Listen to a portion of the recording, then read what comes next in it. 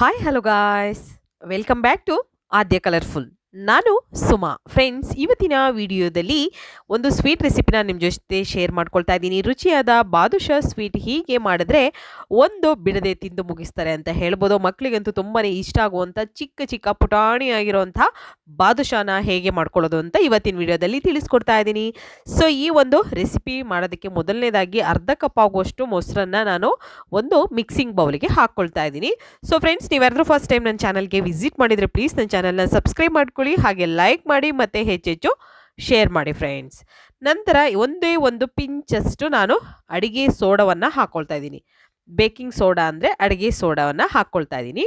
ಹಾಗೆ ಒಂದು 1/4 tea spoon ಆಗುವಷ್ಟು ನೋಡ್ಬೋದು ನೀವು, 1/4 ಟೀ ಸ್ಪೂನ್ ಆಗುವಷ್ಟು ಬೇಕಿಂಗ್ ಪೌಡರ್ನ ಹಾಕ್ಕೊಳ್ತಾ ಇದ್ದೀನಿ. ಬೇಕಿಂಗ್ ಪೌಡರ್ ಅಂದರೆ ನಾವು ಇದನ್ನು ಕೇಕ್ ಮಾಡೋದಕ್ಕೆ ತಯಾರಿಸ್ತೀವಿ, ಬ್ರೆಡ್ಡು ಮತ್ತು ಕೇಕ್ ಎಲ್ಲ ತಯಾರಿಸೋದಕ್ಕೆ ಉಪಯೋಗಿಸ್ತೀವಲ್ಲ ಅದು. ಸೊ ಇದ್ದರೆ ಉಪಯೋಗಿಸಿ ಫ್ರೆಂಡ್ಸ್, ಇಲ್ಲ ಅಂತಂದರೆ ಸ್ಕಿಪ್ ಮಾಡಿ, ಏನೂ ತೊಂದರೆ ಇಲ್ಲ. ಓಕೆ, ಈಗ ಚೆನ್ನಾಗಿ ಇದನ್ನು ಮಿಕ್ಸ್ ಮಾಡ್ಕೊಳ್ಳೋಣ. ಮೊಸರಿಗೆ ಬೇಕಿಂಗ್ ಸೋಡಾ ಹಾಗೆ ಬೇಕಿಂಗ್ ಪೌಡರ್ ಎರಡನ್ನೂ ಕೂಡ ಹಾಕಿ ನಾನು ಮಿಕ್ಸ್ ಮಾಡ್ಕೊಳ್ತಾ ಇದ್ದೀನಿ. ಚೆನ್ನಾಗಿ ಮಿಕ್ಸ್ ಮಾಡಿದ ನಂತರ ಇದಕ್ಕೆ ನಾವು ಹಿಟ್ಟನ್ನು ಸೇರಿಸ್ಕೋಬೇಕಾಗುತ್ತೆ. ಸೊ ಇಲ್ಲಿ ನಾನು 1 ಕಪ್ಪಿನ ಅಳತೆಯಲ್ಲಿ 2 ಕಪ್ ಆಗುವಷ್ಟು ಮೈದಾ ಹಿಟ್ಟನ್ನು ಹಾಕ್ಕೊಳ್ತಾ ಇದ್ದೀನಿ. ಸೊ ಮೈದಾ ಹಿಟ್ಟಲ್ಲೇ ನೀವು ಈ ಒಂದು ಬಾದುಷಾನ ಮಾಡಿದ್ರೆ ತುಂಬ ಚೆನ್ನಾಗೂ ಕೂಡ ಬರುತ್ತೆ. ಹಾಗೆ ಇದನ್ನು ಬೇಕು ಅಂದರೆ ನೀವು ಗೋಧಿ ಹಿಟ್ಟಲ್ಲೂ ಕೂಡ ತಯಾರಿಸ್ಕೋಬೋದು. ಮೈದಾ ಹಿಟ್ಟು ಇಷ್ಟ ಇಲ್ಲ ನಮಗೆ ಅನ್ನೋರು ಗೋಧಿ ಹಿಟ್ಟಲ್ಲೂ ಕೂಡ ನೀವು ಈ ಒಂದು ಬಾದುಷಾನ ಖಂಡಿತ ಒಂದ್ಸಲ ತಯಾರಿಸಿ. ಓಕೆ, ಈಗ ಚೆನ್ನಾಗಿ ನಾನು ಮಿಕ್ಸ್ ಮಾಡ್ಕೊಳ್ತಾ ಇದ್ದೀನಿ. ಮಿಕ್ಸ್ ಮಾಡಿದ ನಂತರ ಇದಕ್ಕೆ ಕಾಯಿಸಿರುವಂತಹ ತುಪ್ಪವನ್ನು ಹಾಕ್ಕೊಳ್ತಾ ಇದ್ದೀನಿ. ಸುಮಾರು 2 ಟೇಬಲ್ ಸ್ಪೂನ್ ಆಗುವಷ್ಟು ಕಾಯಿಸಿರುವಂಥ ತುಪ್ಪನ ಹಾಕ್ಕೊಳ್ತಾ ಇದ್ದೀನಿ. ಈಗ ಹಾಕಿದ ನಂತರ ತುಪ್ಪವನ್ನು ನೀಟಾಗಿ ಒಂದ್ಸಲ ಮಿಕ್ಸ್ ಮಾಡ್ಕೊಂಬಿಡೋಣ. ಈ ರೀತಿ ನಾನು ಕೈಯಿಂದ ಈಗ ಮಿಕ್ಸ್ ಮಾಡ್ಕೊಳ್ತಾ ಇದ್ದೀನಿ. ಬಿಸಿ ಇರುತ್ತೆ, ಫಸ್ಟು ಸ್ಪೂನಿಂದ ಒಂದ್ಸಲ ಮಿಕ್ಸ್ ಮಾಡಿ ನಂತರ ಕೈಯಿಂದ ಮಿಕ್ಸ್ ಮಾಡ್ಕೊಳ್ತಾ ಇದ್ದೀನಿ. ಈಗ ಇದಕ್ಕೆ ಎಷ್ಟು ನೀರು ಬೇಕಾಗುತ್ತೆ ನೋಡಿಕೊಂಡು ನಾವು ನೀರನ್ನು ಉಪಯೋಗಿಸ್ಬೇಕಾಗುತ್ತೆ. ಓಕೆ ನೋಡಿ, ಇವಾಗ ಸ್ವಲ್ಪ ನೀರನ್ನು ಇದಕ್ಕೆ ಹಾಕ್ಕೊಳ್ತೀನಿ ನಾನು. ಸೊ ಜಾಸ್ತಿ ಏನು ನೀರು ತೊಗೊಳ್ಳೋದಿಲ್ಲ, ತುಂಬಾ ಕಮ್ಮಿ ನೀರನ್ನು ತೊಗೊಳುತ್ತೆ. ಯಾಕೆಂದರೆ ಹಿಟ್ಟಿಗೆ ನಾವು ಫಸ್ಟೇ ಮೊಸರು ಹಾಕಿರ್ತೀವಿ. ಸೊ ಹಾಗಾಗಿ ಜಾಸ್ತಿ ನೀರೇನು ಬೇಕಾಗೋದಿಲ್ಲ. ತುಂಬಾ ಈಸಿಯಾಗಿ ಟೇಸ್ಟಿಯಾಗಿ ನೀವು ಖಂಡಿತವಾಗ್ಲೂ ಯಾವಾಗ ತಿನ್ನಬೇಕು ಅನಿಸುತ್ತೋ ಆಗ ಈ ಬಾದುಷಾ ಪುಟ್ಟ ಪುಟ್ಟ ಬಾದುಷಾನ ಮಾಡ್ಕೋಬೋದು. ಸೊ ಬಾದುಷಾ ಒಂದು ಸಲ ತಯಾರಿಸಿ ನೀವು ಇದನ್ನು 2 ರಿಂದ 3 ತಿಂಗಳವರೆಗೂ ಕೂಡ ಸ್ಟೋರ್ ಮಾಡಿ ಇಡ್ಬೋದು ಫ್ರೆಂಡ್ಸ್. ಓಕೆ, ಸೊ ನೋಡ್ತಾ ಇದ್ದೀರಲ್ಲ, ಈ ರೀತಿಯಾಗಿ ಹಿಟ್ಟನ್ನು ಕಲಸಿದ್ದೀನಿ. ನಂತರ ಒಂದು ಅರ್ಧ ಸ್ಪೂನ್ ಆಗುವಷ್ಟು ನಾನು ಮೇಲ್ಗಡೆ ಅಡುಗೆ ಎಣ್ಣೆ ಹಾಕಿದ ನಂತರ ಇದನ್ನು ಒಂದ್ಸಲ ಹೀಗೆ ನಾದಿ, ಅದನ್ನು ಜಾಸ್ತಿ ನಾವು ನಾದಕ್ಕೆ ಹೋಗಬಾರ್ದು. ಬಾದುಷಾ ಮಾಡಬೇಕಾದ್ರೆ ಖಂಡಿತವಾಗ್ಲೂ ಹಿಟ್ಟನ್ನು ನಾದಬಾರ್ದು. ಜಾಸ್ತಿ ನಾದದಲ್ಲೇ ನಾವು ಲೇಯರ್ ಆಗಿ ಬರಬೇಕು ಅಂದರೆ ಅದು ನಾದಕ್ಕೆ ಜಾಸ್ತಿ ಹೋಗಬಾರ್ದು. ಈಗ ಅದನ್ನು ಕಲಸಿಟ್ಟು ನಾನು ಒಂದು ತಟ್ಟೆಯನ್ನು ಮುಚ್ಚಿ ಒಂದು 5 ನಿಮಿಷ ಇದನ್ನು 5 ರಿಂದ 10 ನಿಮಿಷ ಪಾಕ ಮಾಡೋವರೆಗೂ ನಾವು ರೆಸ್ಟಿಗೆ ಇಟ್ಬಿಡೋಣ. ಈಗ ಪಾಕಕ್ಕೆ ಇಲ್ಲಿ ನಾನು ಒಂದು ಪ್ಯಾನ್ ತೊಗೊಂಡಿದ್ದೀನಿ. ಇದಕ್ಕೆ 2 ಕಪ್ ಆಗುವಷ್ಟು ಸಕ್ಕರೆಯನ್ನು ಹಾಕ್ಕೊಳ್ತಾ ಇದ್ದೀನಿ. ಸಕ್ಕರೆ ಹಾಕಿ ಇದಕ್ಕೆ 1.5 ಕಪ್ ಆಗುವಷ್ಟು ನೀರನ್ನು ಹಾಕ್ಕೊಳ್ತಾ ಇದ್ದೀನಿ. ಸೊ ಮತ್ತೆ ಒಂದು ಅರ್ಧ ಕಪ್ ಸಕ್ಕರೆ ಎಕ್ಸ್ಟ್ರಾ ಹಾಕ್ಕೊಂಡಿದ್ದೀನಿ ನಾನು. ಸೊ ಅದಕ್ಕೋಸ್ಕರ ಟೋಟಲಾಗಿ ನಿಮಗೆ ಹೇಳ್ತಾ ಇರೋದು 2 ಕಪ್ಪು ಸಕ್ಕರೆ ಬೇಕಾಗುತ್ತೆ. 1.5 ಕಪ್ ನೀರನ್ನು ಹಾಕ್ಕೊಳ್ತಾ ಇದ್ದೀನಿ ಇಲ್ಲಿ. ನೋಡಿ, 1.5 ಕಪ್ ನೀರನ್ನು ಹಾಕ್ಕೊಂಡು ಚೆನ್ನಾಗಿ ಒಂದ್ಸಲ ಮಿಕ್ಸ್ ಮಾಡ್ಕೊಳ್ಳೋಣ. ಈ ರೀತಿ ಮಿಕ್ಸ್ ಮಾಡಿದ ನಂತರ ಇದು ಪಾಕ ನಾವು ಚೆನ್ನಾಗಿ ಇದನ್ನು ಕುದಿಸ್ಕೋಬೇಕಾಗುತ್ತೆ. ಸೊ ಪಾಕ ಬರೋವರೆಗೂ ಇದನ್ನು ನಾವು ಚೆನ್ನಾಗಿ ಕುದಿಸ್ಕೊಳ್ಳೋಣ. ಸೊ ನೋಡ್ತಾ ಇದ್ದೀರಲ್ಲ, ಸಕ್ಕರೆ ಎಲ್ಲ ಚೆನ್ನಾಗಿ ಕರಗ್ತಾ ಇದೆ. ಈಗ ಪಾಕ ರೆಡಿ ಆಗ್ತಿದೆ. ಈ ಥರ ಬಬಲ್ಸ್ ಬರ್ತಾ ಇದೆ ಅಂದರೆ ಪಾಕಕ್ಕೆ ರೆಡಿ ಆಗ್ತಿದೆ ಅಂತ. ಇಲ್ಲಿ ನಮಗೆ 1 ಎಳೆ ಪಾಕ ಬೇಕಾಗುತ್ತೆ ಫ್ರೆಂಡ್ಸ್. ಓಕೆ, ಸೊ ಜಾಸ್ತಿ ಥಿಕ್ ಆಗಿ ಅಂದರೆ 2 ಲೇಯರ್ ಆಗಿ ನಾವು ಪಾಕನ ಮಾಡಿಕೊಂಡ್ರೆ 1 ಎಳೆ ಆದರೆ ಸಾಕು. 2 ಎಳೆ ಆದರೆ ನಮಗೆ ಇದು ಏನಾಗುತ್ತೆ, ಬಾದುಷಾ ಮೇಲೆ ಅದು ಸಕ್ಕರೆಯ ಒಂದು ಇದು ಹಾಗೆ ಕೂತ್ಕೊಂಡ್ಬಿಡುತ್ತೆ ಒಂದು ಲೇಯರ್ ಆಗಿ.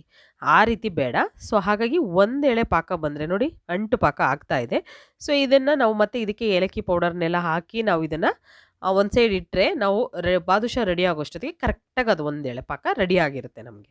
ಓಕೆ, ಈಗ ಇದಕ್ಕೆ ಸ್ವಲ್ಪ ಏಲಕ್ಕಿ ಪೌಡರ್ನು ಕೂಡ ಹಾಕ್ಕೊಂಡಿದ್ದೀನಿ, ಒಂದು ಅರ್ಧ ಸ್ಪೂನ್ ಆಗುವಷ್ಟು. ನಂತರ ಈಗ ಚೆನ್ನಾಗಿ ಮಿಕ್ಸ್ ಮಾಡ್ಕೊಳ್ಳೋಣ. ಈ ರೀತಿ ಮಿಕ್ಸ್ ಮಾಡಿ ಪಾಕ ರೆಡಿಯಾಗಿದೆ. ಇದನ್ನು ಒಂದು ಸೈಡ್ ತೆಗೆದಿಟ್ಕೊಂಡ್ಬಿಡೋಣ. ನಂತರ ಇವಾಗ ಹಿಟ್ಟಿನ ಕಡೆ ಹೋಗ್ತಾ ಇದ್ದೀನಿ. ಸೊ ಹಿಟ್ಟನ್ನು ನೆನೆಸಿ ಸುಮಾರು ಒಂದು 5 ರಿಂದ 7 ನಿಮಿಷ ಆಗಿದೆ. ಸೊ ಈಗ ಹಿಟ್ಟು ಕೂಡ ಸಾಫ್ಟಾಗಿ ನೆಂದಿದೆ, ನೋಡ್ಬೋದು ನೀವು. ಈ ರೀತಿಯಾಗಿ ನಾನಿಲ್ಲಿ ಮೈದಾ ಹಿಟ್ಟಲ್ಲೇ ಮಾಡ್ಕೊಳ್ತಾ ಇದ್ದೀನಿ. ಬೇಕು ಅಂದರೆ ನೀವು ಖಂಡಿತವಾಗ್ಲೂ ಗೋಧಿ ಹಿಟ್ಟಲ್ಲಿ ಅಥವಾ ಚಪಾತಿ ಆಟ ಬರುತ್ತಲ್ವ, ಸೊ ಅದರಲ್ಲೂ ಕೂಡ ತಯಾರಿಸ್ಕೋಬೋದು. ಈಗ ನೋಡಿ, ಈಗ ಈ ರೀತಿ ನಾನು ರೆಡಿ ಮಾಡಿ ಹಿಟ್ಟನ್ನು ಇಟ್ಕೊಳ್ತಾ ಇದ್ದೀನಿ. ಸೊ ಫ್ರೆಂಡ್ಸ್, ನನ್ನ ಇನ್ನೊಂದು ಯೂಟ್ಯೂಬ್ ಚಾನಲ್ ಇದೆ, ಆದ್ಯ ಕಲರ್ಫುಲ್ ವ್ಲಾಗ್ಸ್ ಅನ್ನೋದು. ಸೊ ದಯವಿಟ್ಟು ನನ್ನ ದಿನಚರಿ ನಿಮಗೆ ನೋಡಬೇಕು ಅನಿಸಿದರೆ ಖಂಡಿತ ಆ ಒಂದು ಚಾನಲಲ್ಲಿ ನೋಡಿ. ನಾನು ವೀಡಿಯೋಗಳನ್ನು ಶೇರ್ ಮಾಡ್ತೀನಿ. ಖಂಡಿತವಾಗ್ಲೂ ನಿಮಗೂ ಇಷ್ಟ ಆದರೆ ಸಬ್ಸ್ಕ್ರೈಬ್ ಮಾಡಿಕೊಂಡು ವೀಡಿಯೋಗಳನ್ನು ನೋಡಿ. ಫ್ರೆಂಡ್ಸಿಗೂ ಮತ್ತು ರಿಲೇಟಿವ್ಸಿಗೆ ನನ್ನ ವೀಡಿಯೋಗಳನ್ನು ನಿಮ್ಮ ಒಂದು ಗ್ರೂಪಲ್ಲಿ ಶೇರ್ ಮಾಡಿ.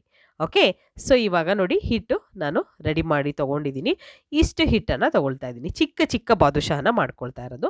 ಬೇಕು ಅಂದರೆ ದೊಡ್ಡ ಗಾತ್ರದಲ್ಲೂ ನೀವು ಬಾದುಷಾನ ಇದೇ ಹಿಟ್ಟಲ್ಲಿ ತಯಾರಿಸ್ಕೊಳ್ಬೋದು.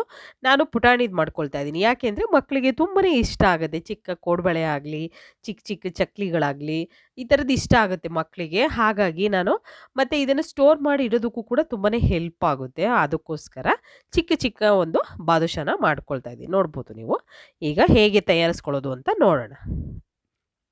ಈ ರೀತಿಯಾಗಿ ನಾವು ವಡೆ ಮಾಡಬೇಕಾದ್ರೆ ಮಧ್ಯದಲ್ಲಿ ಹೋಲ್ ಮಾಡ್ತೀವಲ್ವಾ, ಈ ರೀತಿ ಹೋಲ್ ಮಾಡಿದ್ರೆ ಸಾಕು.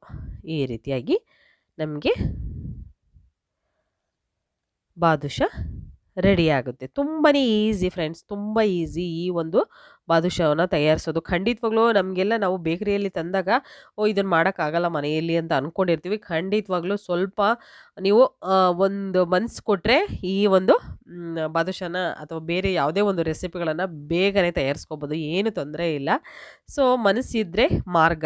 ಹಾಗಾಗಿ ಮನಸ್ಸಿಟ್ಟು ನೀವು ಮಾಡಿದ್ರೆ ಖಂಡಿತವಾಗ್ಲೂ ಯಾವುದೇ ಕೆಲಸ ಆಗಲಿ ಮಾಡ್ಬೋದು. ಇವಾಗ ನೋಡಿ, ಈ ರೀತಿಯಾಗಿ ಬಾದುಷಗಳನ್ನು ನಾನು ರೆಡಿ ಮಾಡಿ ಒಂದು ತಟ್ಟೆಯಲ್ಲಿ ಇಟ್ಕೊಂಡಿದ್ದೀನಿ. ಫಸ್ಟಿಗೆ ರೆಡಿ ಮಾಡಿ ಇಟ್ಕೊಳ್ಳೋಣ. ನಂತರ ಈಗ ಎಣ್ಣೆ ಫಸ್ಟಿಗೆ ಈಗ ಸ್ಟವ್ ಹಚ್ಚಿದ್ದೀನಿ ಅಷ್ಟೇ. ಈಗಿನ್ನೂ ನಾನು ಎಣ್ಣೆ ಒಂದು ಪ್ಯಾನಿಗೆ ಹಾಕಿ ಸ್ಟವ್ನ ಹಚ್ಚಿದ್ದೀನಿ.